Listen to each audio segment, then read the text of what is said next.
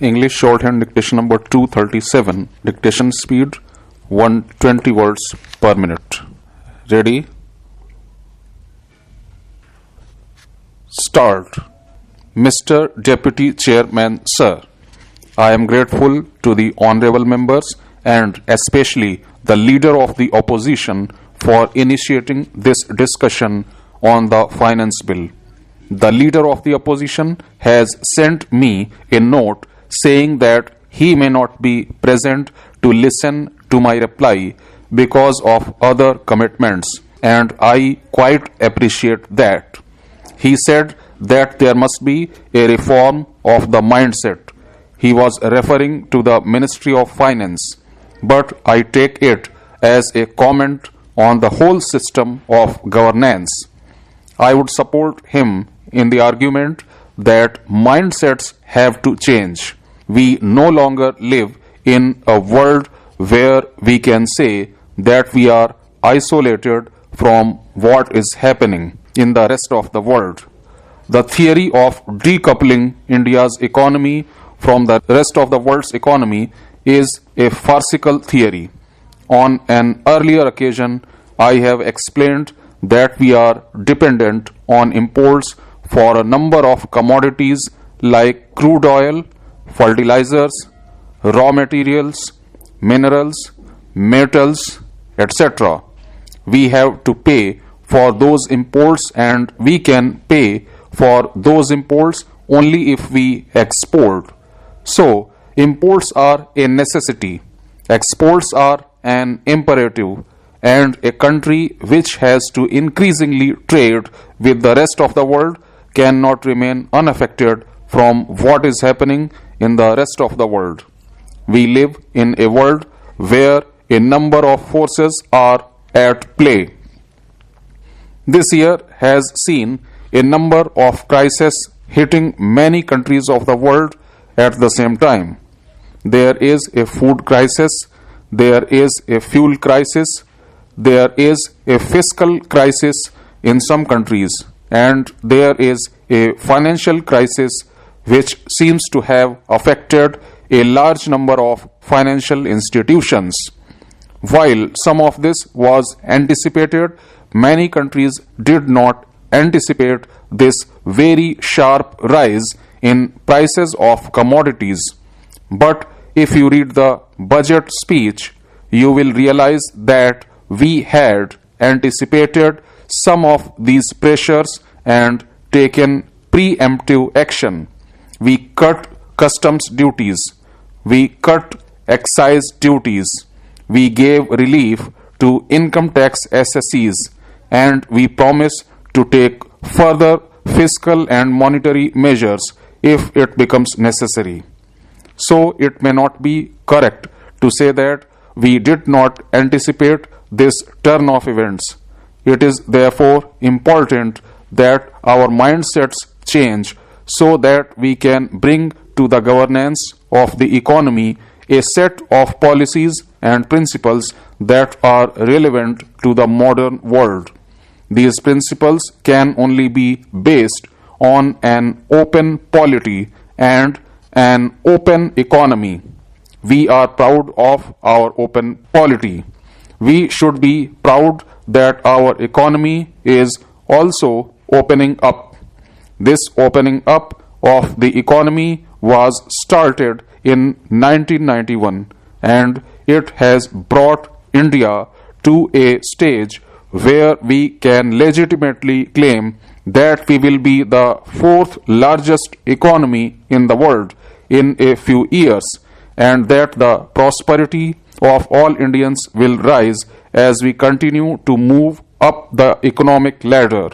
Even today, we are regarded by the rest of the world as an important economy, a growing economy, a dynamic economy, which is the second fastest growing economy in the world.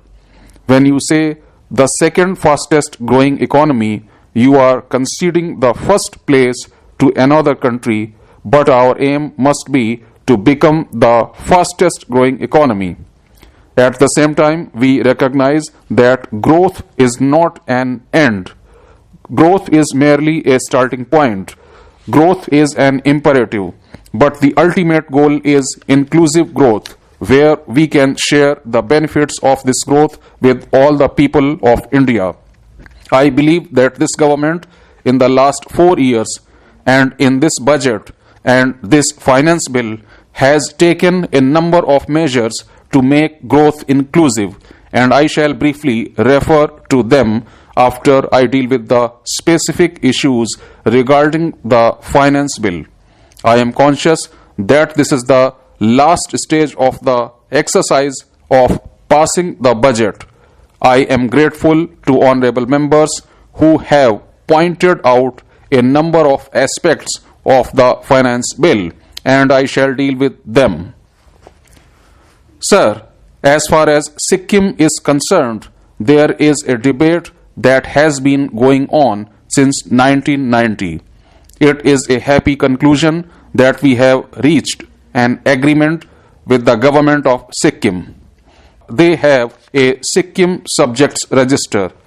Anyone who is in the Sikkim Subjects Register alone is entitled to buy property. The same register will be operated, and those who find their names in this register will be exempt from income tax. All others would have to pay income tax. We have brought this amendment to reflect the agreement. We have taken care to see that we are not reopening any assessments from any past years. We are making it prospective. I do not think we should try to unravel that agreement. It has taken 18 years to reach the agreement. In any event, I do not expect to collect very large revenues from even the non-subjects of Sikkim. I think we should let the matter rest there. The leader of the opposition asked me why we are limiting the income tax benefit to 5 years. My answer is that we are giving income tax benefit for 5 years. They never had any benefit. We are giving income tax benefit for 5 years to hospitals that are located in 2-tier and 3-tier cities.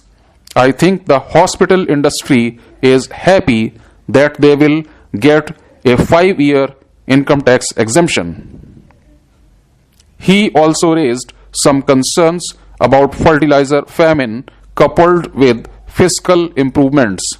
How can the NDA government claim to be fiscally prudent compared to the UPA government?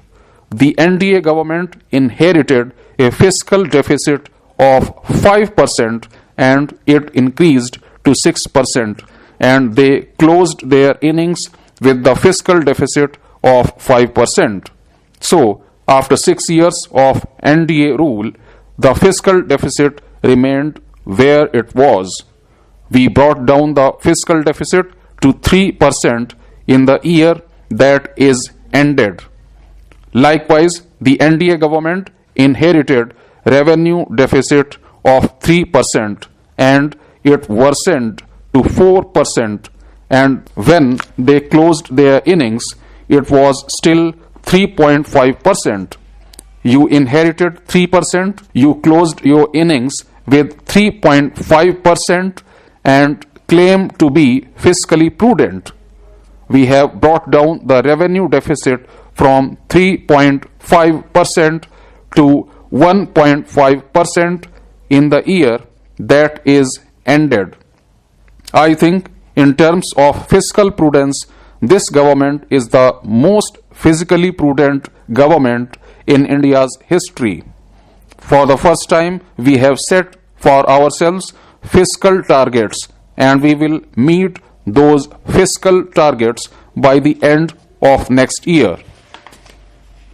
The other phrase that was used was fertilizer famine. Let me assure everyone in this house that there is no fertilizer famine and there will be no fertilizer famine. We have enough stock of urea. We produce fertilizers. We import fertilizers. This government has given agriculture the highest priority. This budget was described by commentators as the green budget. We will do nothing to hurt the farmers.